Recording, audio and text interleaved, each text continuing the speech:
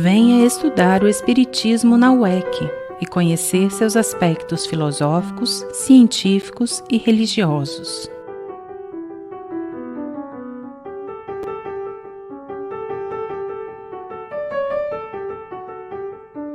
Aulas online, inscrições cursos.uec.org.br.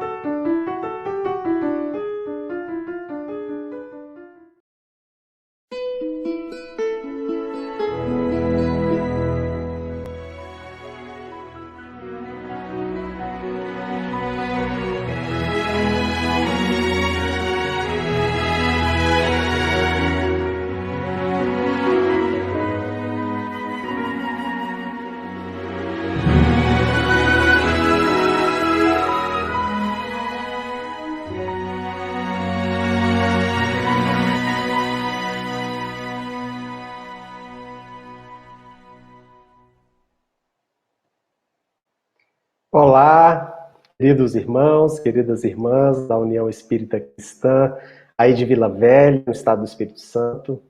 É com grande alegria que nós aqui no estado da Bahia vamos mais uma vez ter essa chance, essa possibilidade de dialogarmos, de conversarmos. Gostaria de agradecer imensamente o convite que me foi feito pelos companheiros do UEC, e rogar a Deus que possa nos abençoar, que possa nos guiar, e a todos aqueles que nos verão hoje e nos verão nos dias que se seguem aí, não só no Espírito Santo, não só aqui na Bahia, mas também por esse mundão de Deus. Que Jesus possa estar em cada coração. Hoje, para as nossas reflexões, para a nossa conversa, nós retiramos aí um pedacinho das bem-aventuranças para que a gente possa refletir sobre ela. Hoje vamos conversar sobre a terceira bem-aventurança. Ela está no Evangelho de Mateus, capítulo 5, versículo 5 também. Bem-aventurados os mansos, porque eles herdarão a terra, nos disse Jesus. Esse capítulo 5 do Evangelho de Mateus é um capítulo extremamente precioso, já que ele traz uma série de passagens, de comentários, de lições do Cristo para nós que merecem a nossa detida reflexão, né?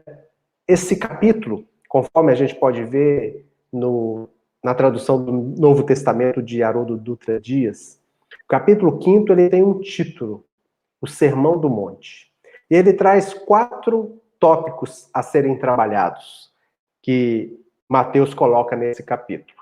As bem-aventuranças, missão dos discípulos, a lei, a justiça e o reino, e 6 contrastes na interpretação da lei. Nas bem-aventuranças, como nós já sabemos, Jesus nos apresenta nesse capítulo de Mateus esse roteiro para a nossa jornada de aquisições de virtudes que nos permitirão alcançar a perfeição. Depois tem a missão dos discípulos, quando Jesus vai nos falar aos discípulos de todos os tempos, que nós somos o sal da terra, que é necessário que a gente não perca o gosto, ele não pode ser insosso. É necessário que nós coloquemos a candeia sobre o alqueire, para que possa iluminar toda a gente. E ele vai nos dizer que é necessário que nós façamos brilhar a nossa luz, para que resplandeça o nosso Pai. É a nossa ação, fazendo resplandecer a nossa luz, que vai glorificar o Pai que está no céu. No outro tópico, que fala da lei da justiça do reino, ele vem dizer que não veio destruir a lei, que ele veio exatamente fazer cumprir. Esse capítulo essa parte é tão importante que é o primeiro capítulo do nosso Evangelho segundo o Espiritismo. Eu não vim destruir a lei. E, na sequência, nesse subcapítulo, digamos assim, 6 contrastes na interpretação da lei, Jesus vai fazer uma abordagem sobre algumas das leis que estão escritas na lei de Moisés, na tábua dos 10 mandamentos. Vai nos fazer uma série de reflexões acerca de algumas passagens lá dessa lei maior. Então, esse capítulo realmente ele é muito importante, merece a nossa análise, merece a nossa leitura calma, tranquila e reflexiva. Bom, quando nós nos debruçamos sobre as bem-aventuranças, podemos tranquilamente analisar que tudo que o Cristo disse tem um sentido, tem um significado. Não foi à toa que ele estava naquele lugar quando proferiu esse sermão precioso, que é o Sermão do Monte. As bem-aventuranças que ele nos traz, levando paz e consolo, esperança aos corações, esse hino de esperança, ele fez sobre o monte. Por isso foi chamado Sermão do Monte. As bem-aventuranças vão refletir, talvez, a gente poderia analisar assim, uma escada, uma série de degraus que a gente vai galgar para alcançar o cume desse monte, que significaria a perfeição relativa do Espírito, onde assim nós comungaríamos com o Pai. Dessa maneira, nós vamos compreender que tudo que Jesus coloca sempre teve um objetivo claro. Jesus não fez nada ao léu, à toa. Assim como o Pai que nada cria sem utilidade, Jesus, quando aqui veio, aproveitou cada segundo, cada oportunidade, para que pudesse levar um pouco da sua luz, trazer-nos as suas lições, trazer-nos as suas orientações para a nossa caminhada aqui no planeta. Então, quando Jesus nos fala sobre essas bem-aventuranças, e a gente pode entender, então, como essa escada, esses degraus que a gente precisa galgar, também a ordem dessas bem-aventuranças não foi colocada à toa, de maneira despreparada ou desatenta por Jesus. Jesus coloca as bem-aventuranças numa sequência lógica, onde a aquisição de uma virtude vai nos propiciando a aquisição da seguinte, fazendo com que a gente assim suba esses degraus, suba essa escada e alcance a perfeição, alcance o topo dessa montanha. A primeira lição que ele nos traz nas bem-aventuranças, a primeira bem-aventurança, é a bem-aventurança que fala da humildade. Bem-aventurados os pobres em espírito, deles é o reino dos céus. A humildade, vai nos dizer assim Jesus, como essa primeira virtude a ser adquirida, é a virtude primordial. Sem a humildade, não nos é possível alcançar as demais virtudes, porque o orgulho e o egoísmo, eles afastam-nos de Deus e impedem-nos a nossa aquisição das virtudes, das qualidades que realmente fazem com que a gente suba esse monte, né? E não foi por outro motivo que o Cristo, quando chegou na Terra há 2000 anos atrás, teve como sua primeira lição a lição da humildade, quando ele escolhe nascer num manjedouro simples, no meio do estábulo, no meio dos animais, mostrando para nós que o início da nossa caminhada, o primeiro passo, faz-se com a aquisição da humildade. A humildade, então, é o primeiro degrau dessa escada. Num segundo degrau, nós temos a bem-aventurança que fala da dor, que fala do sofrimento, mas fala de como nós devemos encarar a dor, encarar os problemas, encarar os desafios, encarar o sofrimento, qualquer que seja ele. Nos vai dizer que bem-aventurados são os aflitos, porque serão consolados. E a gente entende que nem toda aflição, nem todo aflito, ele vai ser consolado, que é preciso saber aprender a sofrer, aprender a extrair as lições que a dor nos traz.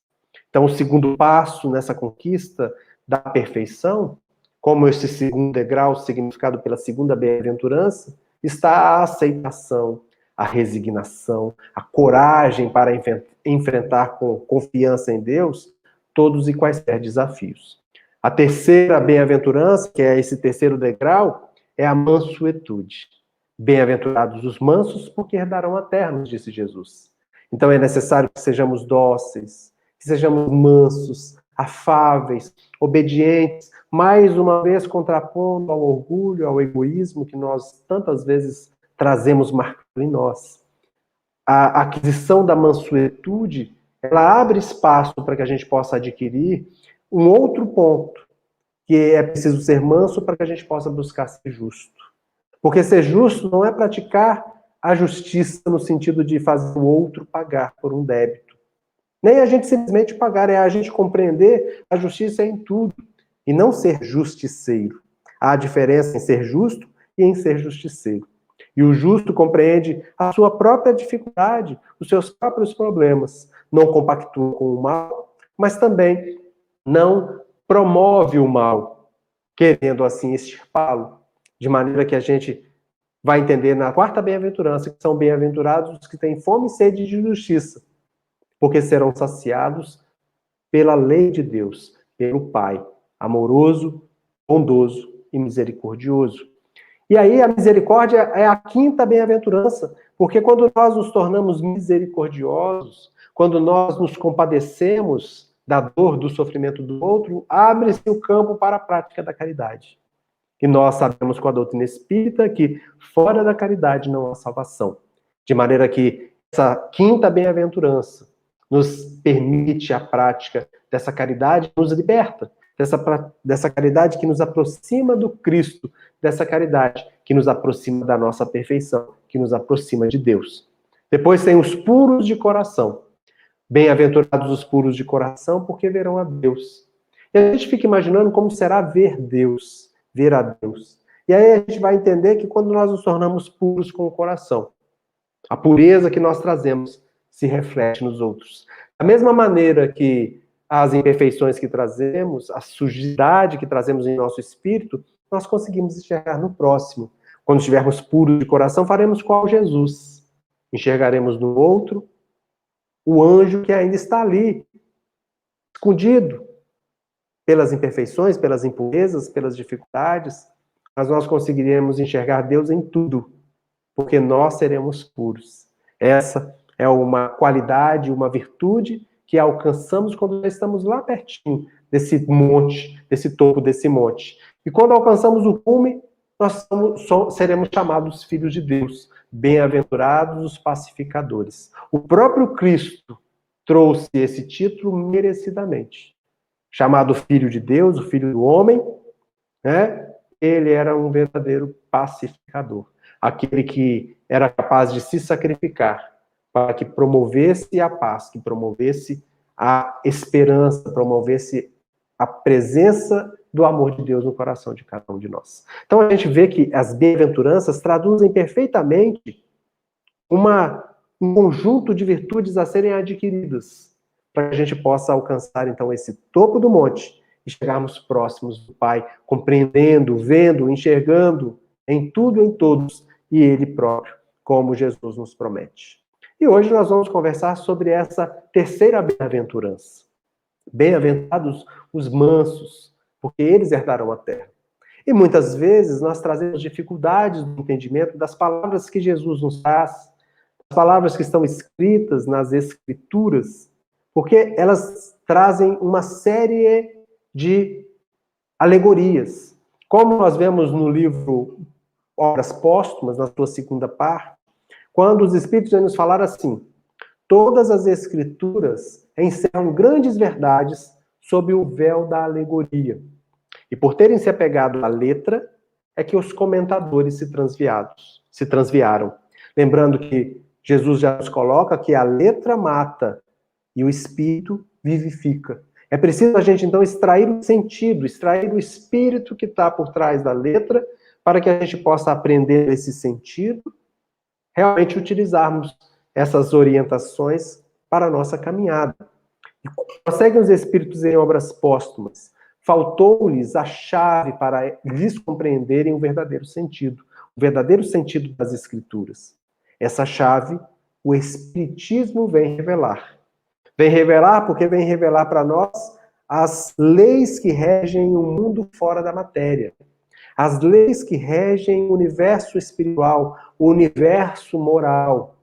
E assim nós vamos conseguir extrair o verdadeiro sentido das lições que estão íncitas dentro das Escrituras e, em especial, dentro do Evangelho do Cristo.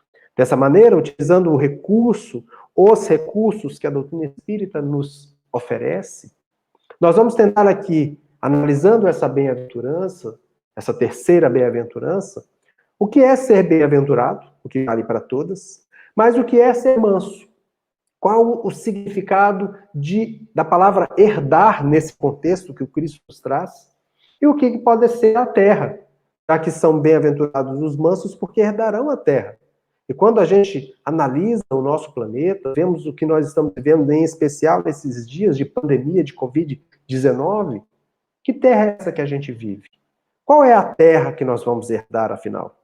O que Jesus quis nos dizer com esses termos, com essas palavras?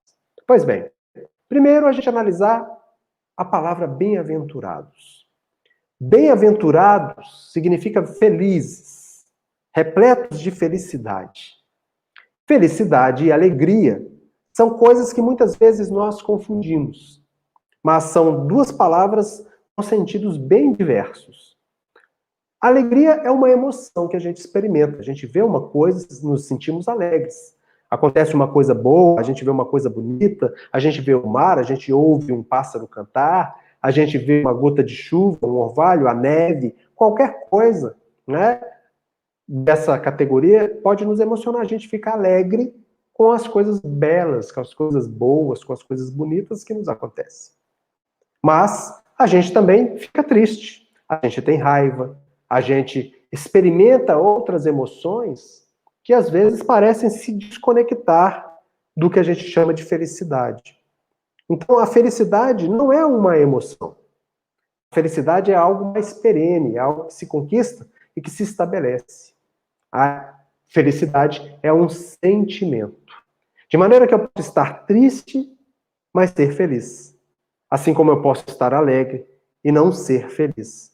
Dependendo, por exemplo, de como eu encaro a minha vida, de como eu vivencio as minhas experiências, a felicidade pode ser estar presente ou não, diante das circunstâncias e da forma como eu enxergo tudo. Dessa maneira, a gente pode, assim, compreender um pouquinho o que está lá no Evangelho segundo o Espiritismo, no seu capítulo 11, Amar ao próximo como a si mesmo, quando a gente analisa as lições que são trazidas pelo Espírito Lázaro, no item 8, a lei de amor. Quando ele vai nos falar da lei de amor, ele diz assim: em sua origem, o homem só tem instintos. Então ele vai satisfazer esses instintos que o direcionam o seu comportamento. Se você está com fome, você vai lá e mata, se for necessário, para saciar a sua fome. Se você está com medo de ser pego por um predador, você se esconde, você adquire uma força extraordinária, faz coisas que não se imaginava e você tenta escapar. E você, assim, vai seguindo o instinto de procriação, instinto de atender às necessidades do corpo. Então, na nossa origem, nós também, homens, só temos instintos. Vamos aprendendo a lidar com essas coisas que nós trazemos dentro de nós. E ele segue, Lázaro, quando mais avançado e corrompido, o homem só tem sensações. Então ele começa a experimentar as emoções. As sensações, inicialmente, que o corpo lhe traz, repercutindo sobre ele, fazendo com que ele busque ou que ele as afaste. Se traz alegria, se traz prazer, ou não, se traz dor ou sofrimento. Ele vai buscar ficar livre delas. Não tem uma análise muito criteriosa para entender isso, na maioria das vezes. Ele simplesmente se deixa ser guiado pelos seus instintos e agora também pelas suas sensações. Mas quando o espírito, quando o homem está instruído e está depurado, então quando ele já tem a asa da inteligência e a asa do sentimento, a asa moral desenvolvidos, ele passa a ter sentimentos. Quando ele passa a experimentar ele sobe um degrau acima nesse patamar. E aí ele vai experimentar coisas mais perenes, que são os sentimentos. E existem sentimentos bons, existem sentimentos ruins, dependendo da maneira como ele reforça as coisas que ele vivencia, como as emoções reverberam dentro dele. O ponto alto, ponto delicado dos sentimentos, diz Lázaro, é o amor. Então, vejamos que bem-aventurança é um sentimento de felicidade que a gente vai alcançar quando a gente busca, pela nossa conduta, estar na direção daquilo que nos leva ao amor na sua verdadeira acepção, no seu verdadeiro sentido. Então, essa é a característica que nós precisamos entender como bem-aventurança. Algo que transcende as emoções, já no patamar dos sentimentos mais nobres e mais puros, que Jesus assim chama de bem-aventurança. E os mansos? Bem-aventurados os mansos. E essa palavra, às vezes, nos traz uma série de conclusões. Primeiro, os Espíritos vão nos trazer, quando a gente analisa essa passagem, no capítulo 8 do Evangelho segundo o Espiritismo, que a mansuetude é uma característica ativa.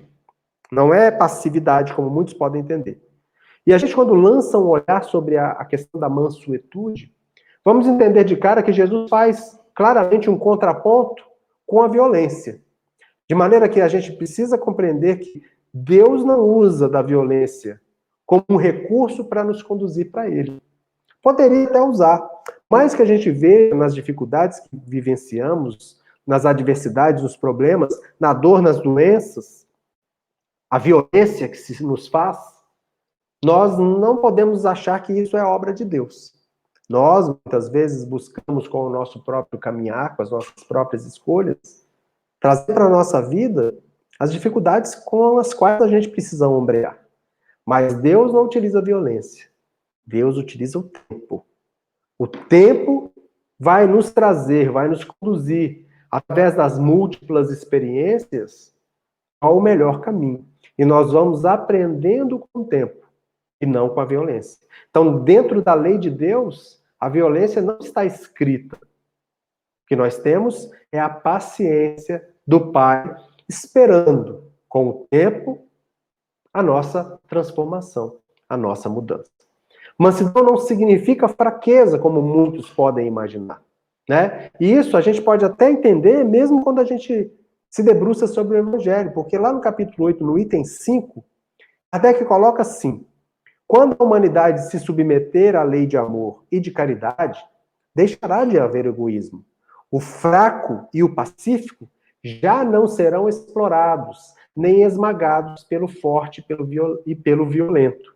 Então, a impressão de fraqueza não é fraqueza moral. O que Kardec vem dizer é aquele que não se impõe com a força.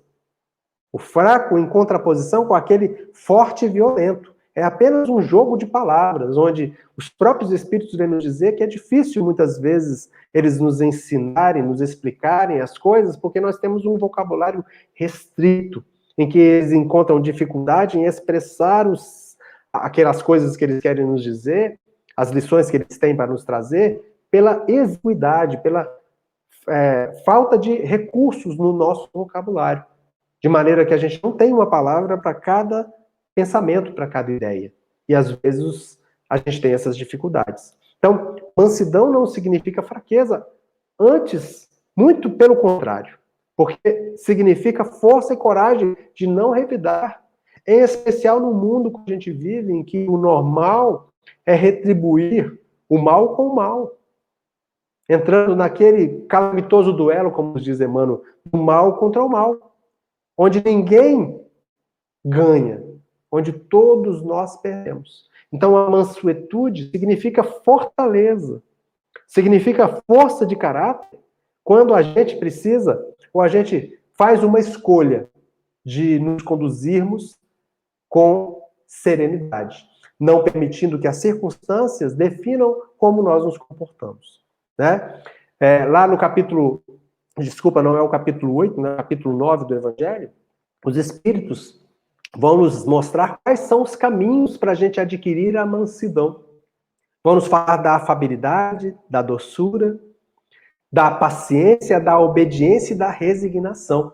Lázaro também vem nos trazer essas informações, essas lições, como o caminho a ser percorrido para a gente adquirir a mansuetude, para a gente subir esse terceiro grau nas bem-aventuranças, nesses degraus que nos levam ao cume do monte do sermão dito por Jesus. Então o Lázaro vai nos falar primeiro da afabilidade e da doçura, nos mostrando como deve ser o nosso comportamento para com o outro. Sermos afáveis, sermos gentis, sermos doces, mesmo quando formos duros. Muitas vezes a verdade precisa ser mergulhada num pote de mel, para que ela seja colocada. E a gente precisa aprender a ser afáveis, a sermos gentis, sermos doces, uns com os outros. Esse recurso, que nos demonstra como devemos agir nessa relação com o outro, nos possibilita, quando trabalhada, quando exercitada, a aquisição dessa virtude da mansuetude. Depois, Lázaro vai nos falar da paciência. E no caso, a gente pode interpretar a paciência como um recurso para lidar com o outro, claro, mas em especial como um recurso para que a gente possa lidar conosco mesmo. De maneira que nós precisamos ser pacientes com a gente. Não sermos condescendentes, mas sermos pacientes, tolerantes, compreensivos. Entendendo que nós somos espíritos ainda imperfeitos.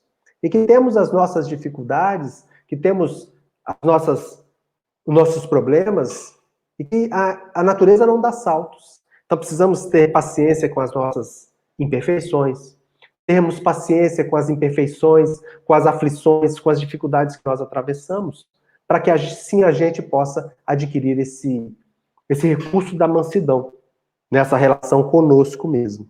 Precisamos exercitar, sermos persistentes, mas sermos compreensivos, tolerantes e pacientes também para conosco. E, finalmente, Lázaro vai nos falar da obediência e da resignação. Esses são aparatos que a gente se utiliza para a nossa relação com Deus. Sermos obedientes e resignados diante da vontade soberana que Ele nos traz, diante dos seus desígnios sábios. Então, trabalharmos a obediência, trabalharmos a resignação. Se nós somos afáveis e doces, gentis com o próximo, somos pacientes conosco mesmo, trabalhando com persistência na aquisição das virtudes morais, da melhoria moral, se somos obedientes e resignados diante da vontade do Pai, nós certamente, quando exercitarmos e formos detentores dessas virtudes, certamente já estaremos nesse terceiro degrau, esse degrau terceiro que nos leva ao cume da montanha. Seremos mansos, né? E a gente lembra que Lázaro fala uma frase muito linda quando ele diz que a obediência, ao contrário do que todo mundo diz, pode ser fraqueza, pode ser uma coisa ruim, negativa. A obediência é o consentimento da razão. A resignação é o consentimento do sentimento, do coração. Quando nós atendemos à vontade do Pai com a razão, somos obedientes. Quando nós atendemos à vontade do Pai com o sentimento, com o coração, somos resignados. De uma maneira muito linda, Lázaro nos fala como a gente atender à vontade do Senhor nessa relação que precisamos ter com Ele, dentro de nós, dentro da nossa vida, da nossa atividade cotidiana, né? Então ele culmina isso, finaliza dizendo que mansidão é prestar dócil ouvido aos ensinos. Dessa maneira também a gente entende que quando alguma lição nos chega e nós prestamos ouvido dócil, atento e acolhedor para aquela lição, nós também estamos exercitando a mansidão em nossas vidas. Existem alguns percalços na aquisição dessa qualidade, dessa virtude. Primeiro, os espíritos vão nos falar, e Kardec, sobre a questão da aparência, né? Porque ele vai nos falar que a educação e a frequentação do mundo, quer dizer, as questões sociais, a vida social, como a gente pode perfeitamente ver aí nas redes sociais, nas postagens que se faz no Instagram, no Facebook e nas demais redes sociais, onde geralmente se apresentam coisas que nem sempre são. As aparências, onde está tudo muito lindo, tudo muito perfeito. Mas aí, Kardec vai nos dizer que as aparências, seja a educação e essa frequentação do mundo, podem dar o verniz dessas qualidades. Da afabilidade, da doçura, da resignação, da obediência, da paciência, mas que na verdade são aparentes. E a gente se lembra daquela passagem onde são verdadeiros sepulcros, caiados por fora e cheios de podridão por dentro. Vamos estar atento com o que se passa dentro e não fora, não nas aparências do que a gente faz e sente. Na vida social, muitas vezes, a gente diz assim, eu sou calmo, muito tranquilo. Eu, como médico, muitas vezes pergunto, como é que você é? Né? Na hora que a gente está fazendo a entrevista com as pessoas, com o nosso cliente, o paciente, a gente pergunta, como é que você é? Uma pessoa calma, tranquila, serena, não é mais ansioso, mais estressado, porque existem vários problemas muito fortemente ligados ao estado emocional. Eu faço exercito gastroenterologia, então os problemas emocionais se refletem muito frequentemente no estômago. As gastrites nervosas, por exemplo, são decorrentes desse estado de situação emocional, né? Então eu sempre faço essa pergunta, e é muito comum eu ouvir dizer assim, ó, eu sou muito calmo, desde que não pisem no meu carro. Ah, eu sou muito calmo, mas não pode me irritar.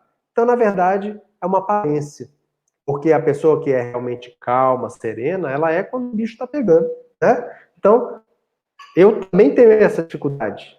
Quando eu passo por alguma adversidade, geralmente a calma não é a coisa que se apresenta mais frequentemente. Então a gente precisa entender isso para trabalharmos essas questões, né? E às vezes também acontece aquela pessoa que é um doce fora de casa, mas é um verdadeiro tirano dentro do lar, né? Causando dor e sofrimento àquelas pessoas que compartilham do ambiente doméstico com ele. Então a gente precisa estar atento a isso, que são percalços que a gente precisa trabalhar, que estão ligados ao nosso orgulho, ligados à nossa imperfeição raiz, ao orgulho e ao egoísmo, de onde derivam as demais, as demais imperfeições da alma, né? O problema da cólera, quando nós explodimos, isso vale muito para mim, né? Eu falo que quando a gente faz uma palestra, quando a gente elabora um diálogo, uma reflexão, um estudo, eu costumo dizer que os ouvidos que estão mais próximos da minha boca são os meus. Eu sou o primeiro a ouvir e preciso disso. Nesse sentido também é importante. A cólera, aquele impulso, né, de estresse, aquela explosão, é um problema grande para que a gente possa adquirir a mansuetude, porque ela se opõe a isso, né? O orgulho ferido, né, que vai traduzir a cólera, mostrando que a gente tem que trabalhar a questão do orgulho. A cólera, esse impulso, né, essa explosão não remedeia nada, como nos dizem os espíritos lá no capítulo 9, né? Ela torna infelizes as pessoas que nos cercam, exclui certas qualidades, né?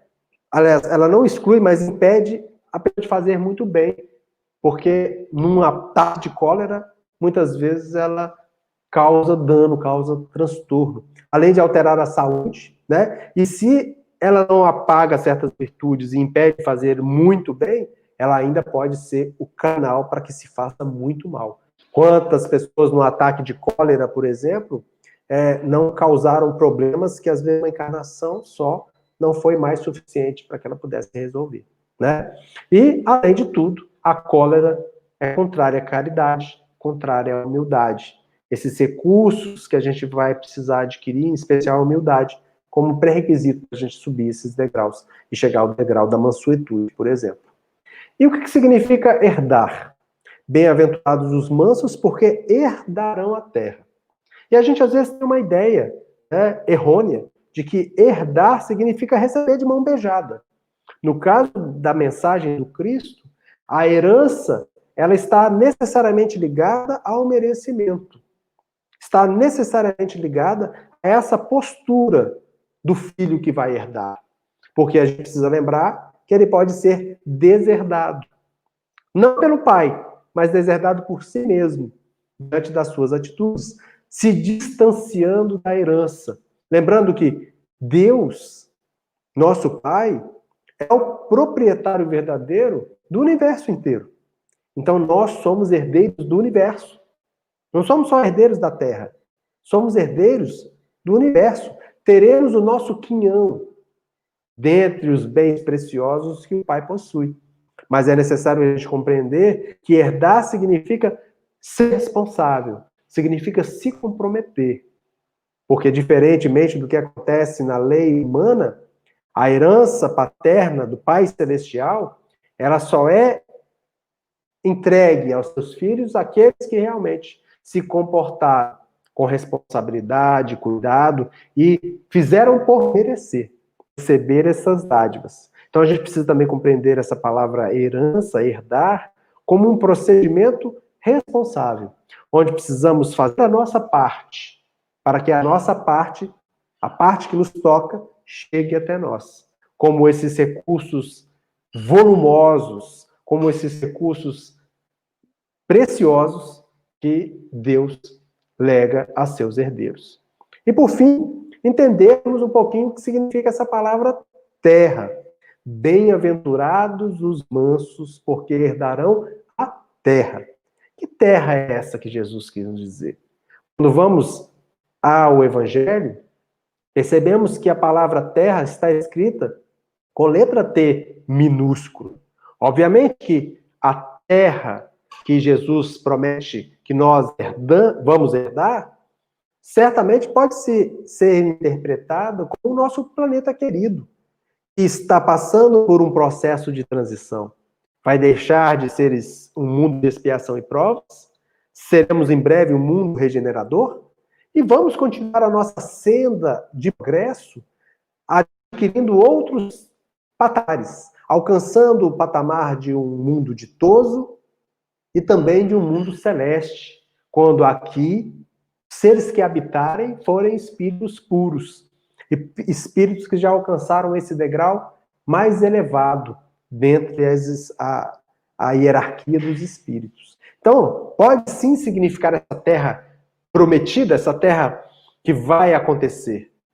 Mas, por outro lado, pode significar uma outra terra, a terra árida de nós mesmos, a terra insípida nesse momento dos nossos corações, tem sido trabalhado, tem sido modificado pelo arado do Evangelho. Quando nós, assim, instituirmos o Evangelho em nossas vidas, vamos ter essa terra prometida, essa terra que Jesus nos mostra, né? Onde o reino de Deus se estabelecerá. Naquela conversa que ele teve com Simeão, né, naquela conversa entre aspas, com um bebezinho, quando Simeão questiona, né, para ele por que ele veio naquela situação, por que não veio como um rei, por que não veio como uma pessoa de poder, como que ele ia enfrentar um homem, enfrentar a justiça do mundo, e aí ele bate, né, no peito de Simeão, mostrando que ele veio para instituir o reino de Deus dentro do coração do homem, nessa terra que significa a terra de nós mesmos. Então, bem-aventurados os mansos, porque nós vamos herdar a terra que somos nós. Quando nós somos mansos no verdadeiro sentido da palavra, nós nos dominamos. Nós herdamos a nós mesmos. Já não é mais o outro, já não são mais as circunstâncias externas que nos detêm, que decidem e definem como a gente se comporta. Mas somos nós. Nós herdamos nós mesmos. Herdamos o nosso coração, herdamos os nossos sentimentos, e a partir daí, nós decidimos serenamente o caminho que nós vamos trilhar. Porque a mansidão nos permite herdar essa terra que é nossa, por direito, mas que nós precisamos fazer jus, precisamos merecer, precisamos trabalhar, precisamos buscar para conquistar. Dessa maneira, nós vamos entendendo mais largamente a profundidade que tem essa bem-aventurança e tantas outras passagens que a gente poderia se aprofundar cada vez mais. E à medida que formos avançando em inteligência e em moralidade, vamos extraindo cada vez mais lições dessas passagens que o Cristo nos traz. E lá no Evangelho segundo o Espiritismo, no seu capítulo 9, lá no item 10, Hahnemann, um dos fundadores da medicina homeopática, vai nos dizer que o homem não se conserva vicioso, senão porque quer permanecer vicioso. Mostrando que aquele que queira corrigir-se, sempre ele pode. Então, nós estamos diante de uma possibilidade. Entendemos que temos passos para serem dados, para que a gente possa alcançar o cume dessa montanha. E só depende de nós deixarmos de sermos viciosos, adquirirmos as virtudes que nos impedem ainda de galgar essa escada. Mas só depende de nós.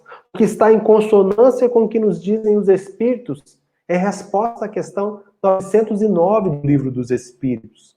Quando Kardec pergunta, poderia sempre o homem, pelos seus esforços, vencer as suas más inclinações, vencer as suas imperfeições, as suas más tendências, os seus vícios?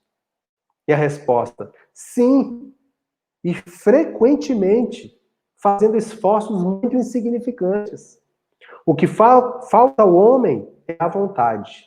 Ah, quão poucos dentre vós fazem esforços nos dizem os Espíritos. Então é necessário, meus irmãos e minhas irmãs, que nós nos dediquemos com vontade, com esforço, à aquisição dessas virtudes que estão ao nosso alcance. Jesus veio nos mostrar que nós podemos, nós somos deuses. Podemos fazer tudo o que ele fez e muito mais.